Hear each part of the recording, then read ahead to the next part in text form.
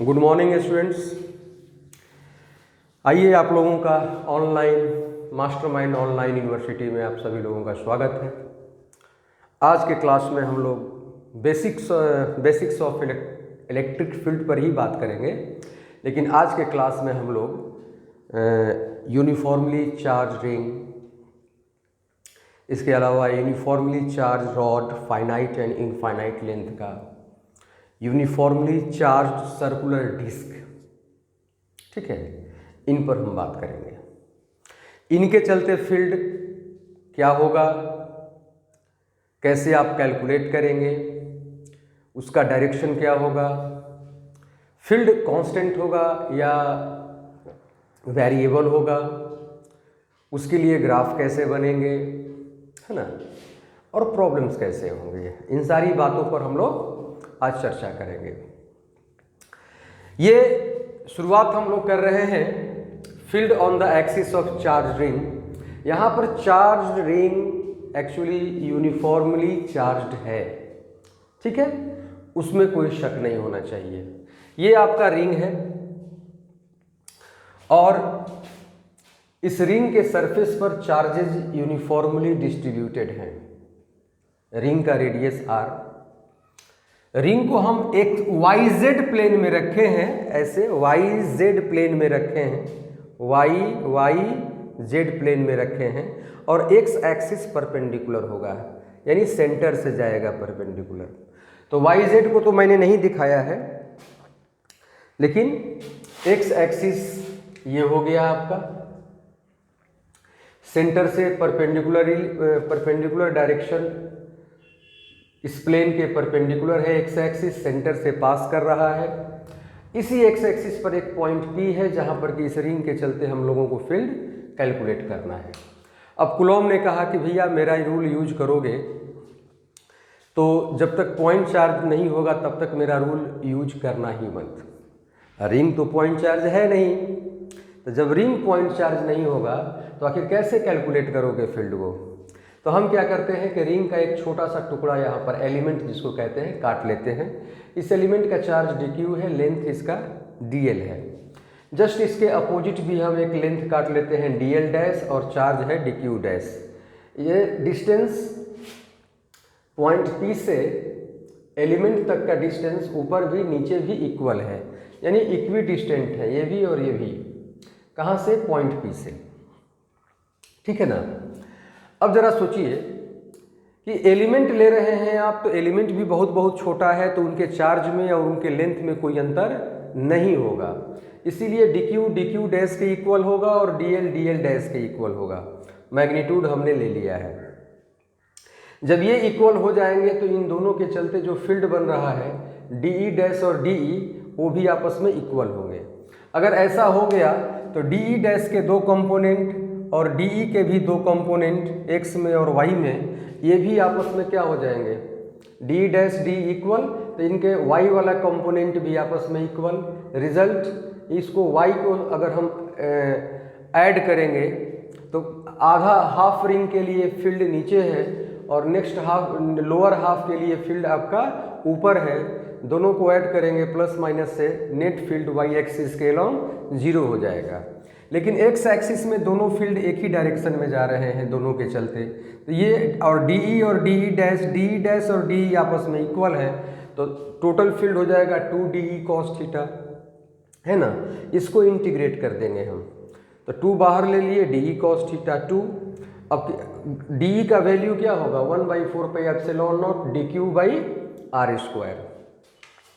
यहाँ पर dq capital Q ले लेंगे, dq बाई r स्क्वायर, हर जगह कैपिटल Q ले लेंगे, कैपिटल Q वहाँ लिया हुआ है और कोई चेंजिंग नहीं, और सब ठीक है ना। तो d का वैल्यू इतना हो गया इंटू कॉस थीटा। इंटीग्रेशन किसका होगा, dq का होगा, बाकी सबको बाहर निकाल दो।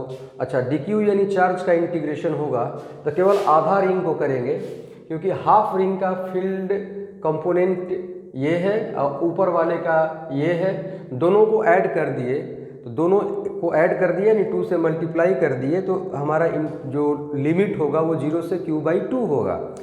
अगर यहाँ 2 नहीं लेते तो लिमिट हमारा 0 से q होता है ना, 2 से मल्टीप्लाई होने के चलते 0 से q/2। अब इसको सॉल्व किए हम लोग, dq को इंटीग्रेट करेंगे, cos थीटा x/r होगा, तो वैल्यू पुट करने पर x/r³ हो जाएगा।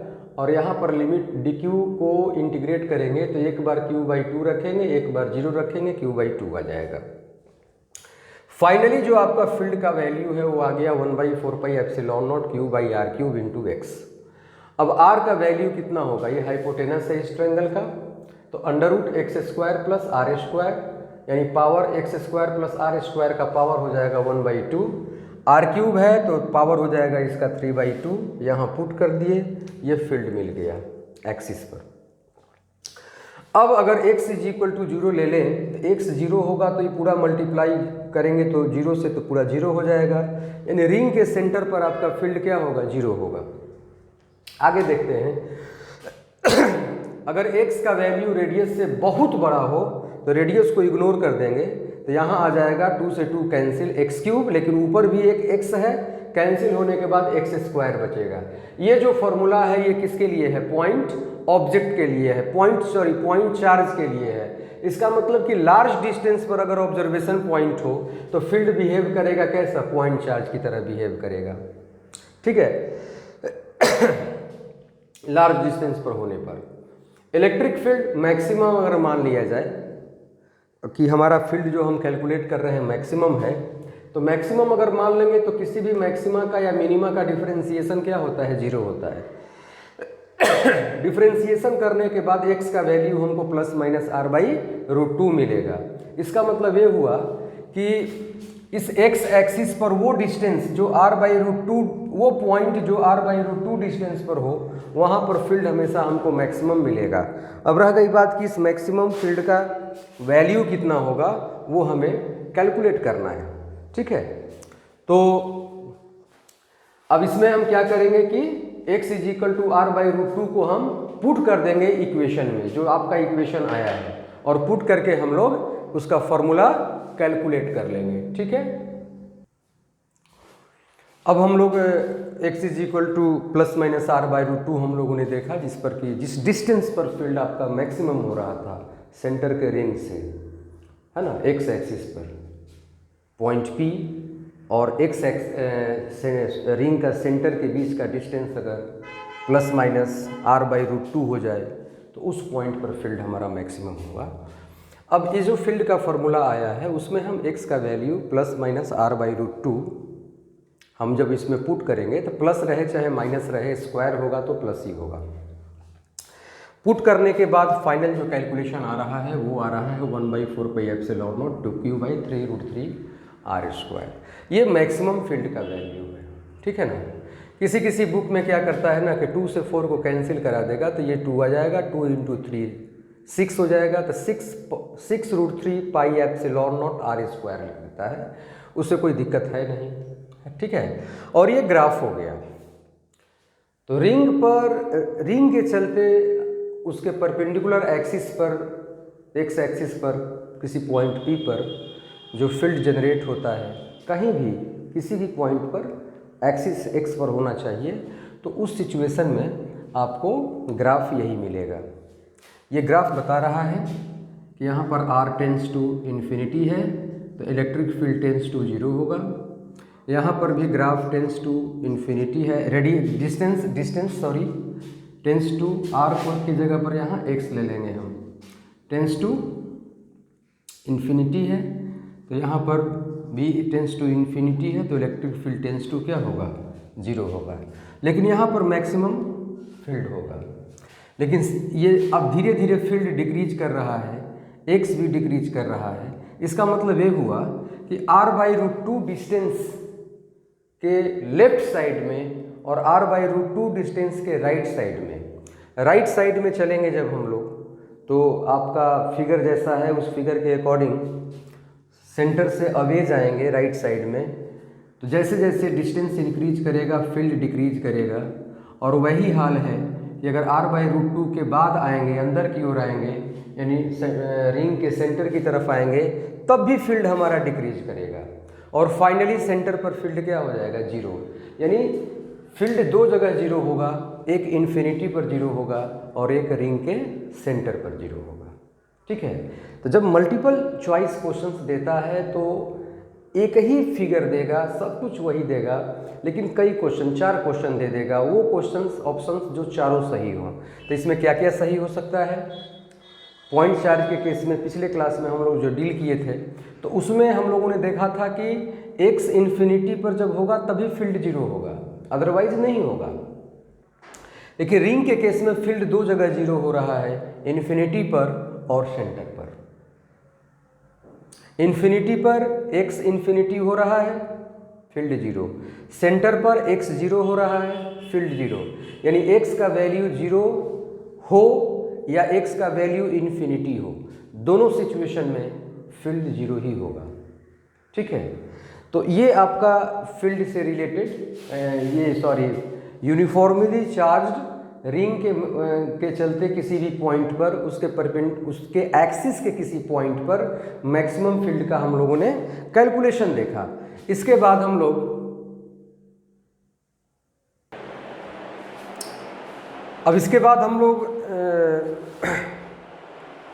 अभी हम लोगों ने जो सर्कुलर रिंग देखा, तो सर्कुलर रिंग में हम लोगों ने उसके सेंटर पर फील्ड को 0 लिया था और सेंटर से x = r/√2 डिस्टेंस पर फील्ड हमारा मैक्सिमम था, इन्फिनिटी पर 0। ये डिस्कशन हम लोग कर चुके हैं। मान लीजिए कि सर्कुलर के जगह सेमी सर्कुलर रिंग हो, तब क्या होगा? तो सपोज दैट इस टोटल रिंग पर चार्ज है Q, total charge plus Q है। ये भी पॉइंट चार्ज नहीं है, डायरेक्ट कूलॉम्स लॉ अप्लाई यहाँ भी हम लोग नहीं कर सकते। तो हम लोग क्या करेंगे कि एलिमेंट लेंगे। इस रिंग को पहले हम एक्सिस द्वारा दो इक्वल पार्ट में डिवाइड कर देंगे। एक क्वार्टर ये हुआ, ये हाफ दूसरा क्वार्टर हो गया, डिवाइड कर देंगे। यहाँ पर DQ लेंगे, यहाँ भी DQ लेंगे, यहाँ DL लेंथ, यहाँ DL लेंथ, यानी इस DL लेंथ पर चार्ज DQ है, यहाँ भी DL लेंथ पर चार्ज DQ है। ठीक है, तो ये DL लेंथ इसके सेंटर पर d θ का एंगल फॉर्म कर रहा है और जो रेडियस है ये वो एक्सिस के साथ थीटा, इधर भी थीटा का एंगल बना रहा है। अब इसका कंपोनेंट जब लेंगे तो इधर हो जाएगा d cos थीटा, इसका भी d cos थीटा, इसका भी d cos थीटा, और y में d sin theta, d sin theta. आप देख रहे हैं कि y कंपोनेंट तो कैंसिल हो जाएगा, हाफ का ऊपर होगा, लोअर हाफ का फील्ड y डायरेक्शन में ऊपर होगा, अपर हाफ का y डायरेक्शन में नीचे होगा, और टोटल फील्ड को ऐड करेंगे तो हम लोगों को Ey क्या मिल जाएगा, 0। दूसरी बात की सबसे बड़ी बात यह है कि ये यूनिफॉर्मली चार्ज डिस्ट्रीब्यूटेड है, तो लैम्डा भी यूनिफॉर्म होगा इस पर, यानी लीनियर चार्ज डेंसिटी। ये वायर है, रिंग है, तो लीनियर चार्ज डेंसिटी यहाँ पर हम लोग लेंगे। आपको पता है कि d थीटा हमेशा आर्क बाई रेडियस होता है, dl/r, तो dl को क्या मान लेंगे हम, rd थीटा मान लेंगे। अब ex कैलकुलेट करेंगे x एक्सिस के अलॉन्ग, वो de cos थीटा है, de cos थीटा। d का वैल्यू यहाँ पर चार्ज है dq, डिस्टेंस क्या है, रेडियस के बराबर, तो dq/4πε0r² और इंटू कॉस थीटा। ठीक है, इज इक्वल टू dq को लैम्डा dl लिख सकते हैं, क्योंकि लैम्डा इज इक्वल टू होता कितना है, dq/dl होता है। ठीक है ना, तो lambda dl cos theta by 4πε0r²। Lambda बाहर आ गया, 4πε0 बाहर आ गया, r² बाहर आ गया, अंदर बच गया dl cos थीटा। अब dl के जगह पर dl को यहाँ जो आया है r d थीटा, तो dl के जगह पर हम r d थीटा रखेंगे, और पहले से cos थीटा भी है तो r cos theta d theta हो गया।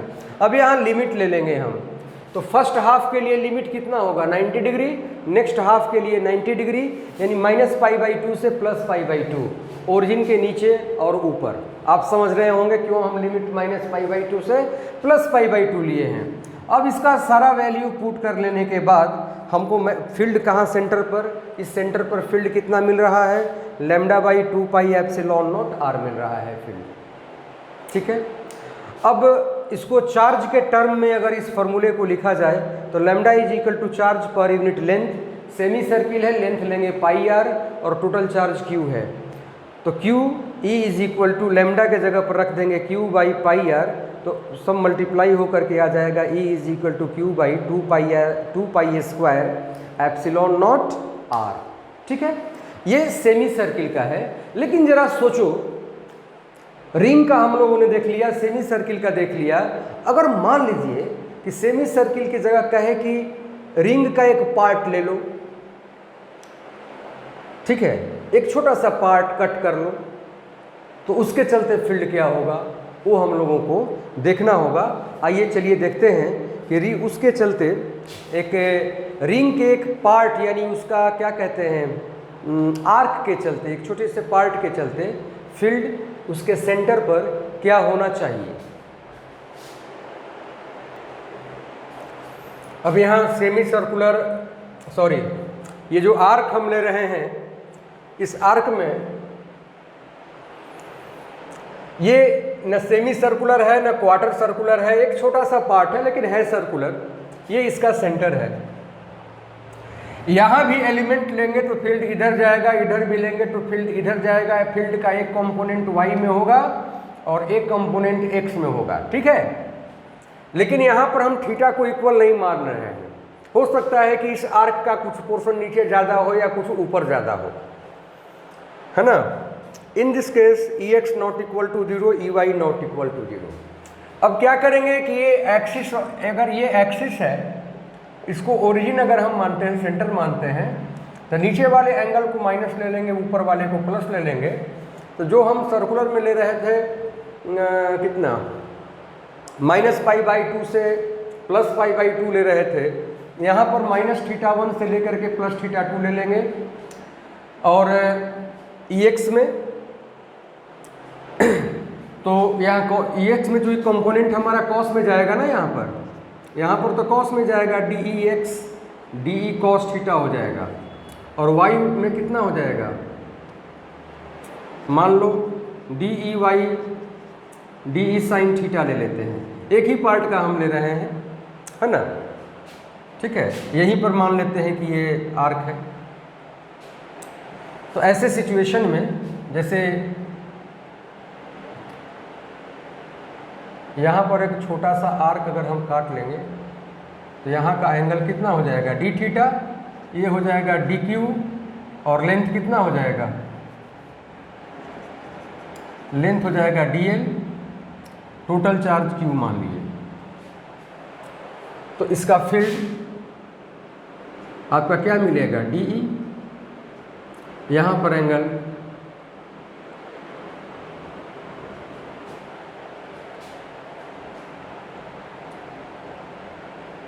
θ2 टोटल एंगल है, ये θ1 है, लेकिन ये बना रहा है एंगल थीटा, ठीक है। तो एंगल थीटा बनाएगा तो DE का यहाँ भी थीटा हो जाएगा, इधर DE cos थीटा, इधर DE sin थीटा हो जाएगा कंपोनेंट हमारा। अब इसी को इंटीग्रेट कर दिया गया, कॉस है तो इंटीग्रेशन में साइन आएगा, अपर लिमिट रखेंगे sin θ2, लोअर रखेंगे माइनस साइन। तो सबसे बड़ी बात यह है कि कॉस का डिफ्रेंसिएशन इंटीग्रेशन भी माइनस में ही आता है, और थीटा भी माइनस में ही दिया है, और साइन माइनस थीटा माइनस ही होता है, तो माइनस माइनस प्लस, तो sin θ2 प्लस sin θ1, ठीक है। तो ये हो गया इतना। Ey जब निकालेंगे तो इसमें sin थीटा होगा, और sin थीटा को इंटीग्रेट करेंगे तो ये आ जाएगा आपका λ/4πε0 cos θ1 माइनस cos θ2। इसके बाद अगर सिमेट्रिकल आर्क हो, सिमेट्रिकल आर्क कहने का मतलब ये हुआ कि दोनों का एंगल इक्वल हो, दोनों साइड का, इधर भी थीटा हो इधर भी थीटा हो, तो θ1 θ2 के जगह पर थीटा रख देंगे। तो Ex जो होगा λ sin θ/2 λ sin θ/4πε0 r, लेकिन 2 से 4 को डिवाइड करेंगे, 2/4 1/2 हो जाएगा ना, तो 2πε0 r हो जाएगा। और Ey का वैल्यू 0 हो जाएगा, θ1 θ2 इक्वल है cos theta minus cos theta 0 हो जाएगा। तो सिमेट्रिकल के केस में y के अलॉन्ग में कोई कंपोनेंट नहीं होगा, कोई फील्ड नहीं होगा, लेकिन x में होगा, ठीक है। तो ये दोनों फॉर्मूला तब है जब θ1 θ2 का वैल्यू सेम नहीं हो, ठीक है ना। ये हो गया आपका आर्क के चलते किसी पॉइंट पर फील्ड का कैलकुलेशन। अब हम लोग देखेंगे फील्ड ड्यू टू, हेडिंग मैंने नहीं दिया,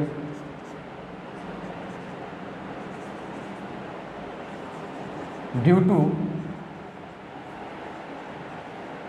यूनिफॉर्मली चार्ज्ड डिस्क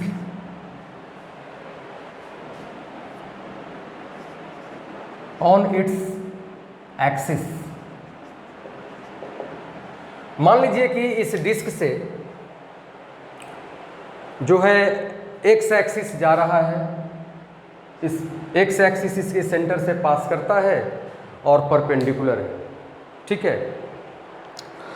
अब इस डिस्क को आप लोग 11 में जब पढ़े होंगे, खास करके ग्रेविटेशन में या मोमेंट ऑफ इनर्शिया में, तो डिस्क का जब मोमेंट ऑफ इनर्शिया निकालते थे तो हम छोटे छोटे बहुत सारे रिंग लेते थे और रिंग का मोमेंट ऑफ इनर्शिया ऑलरेडी मालूम होता था, फिर उसको इंटीग्रेट करके पूरे डिस्क का मोमेंट ऑफ इनर्शिया निकाल लेते थे।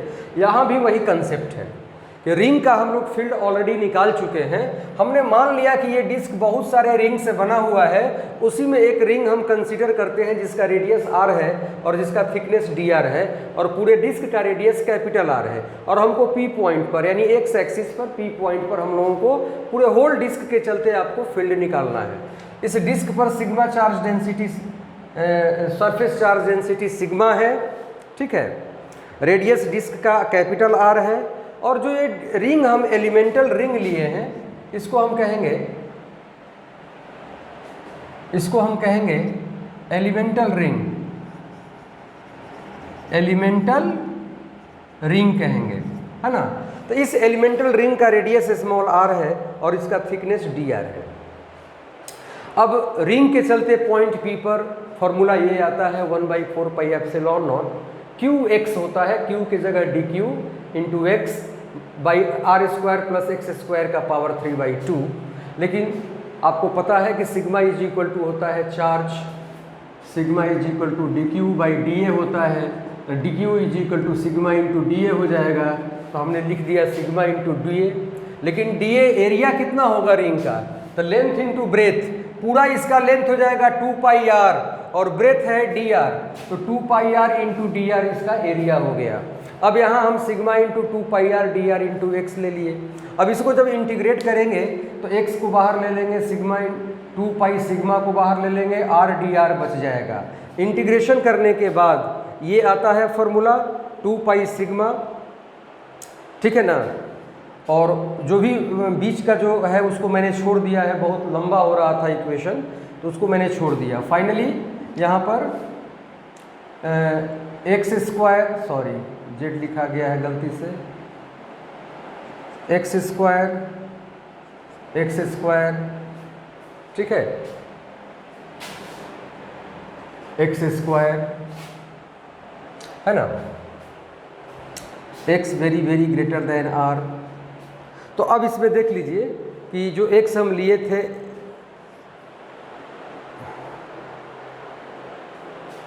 कैलकुलेशन के बाद फाइनल जो आपका रिजल्ट आता है स्क्वायर नहीं होगा, 1 minus X by X square plus R square.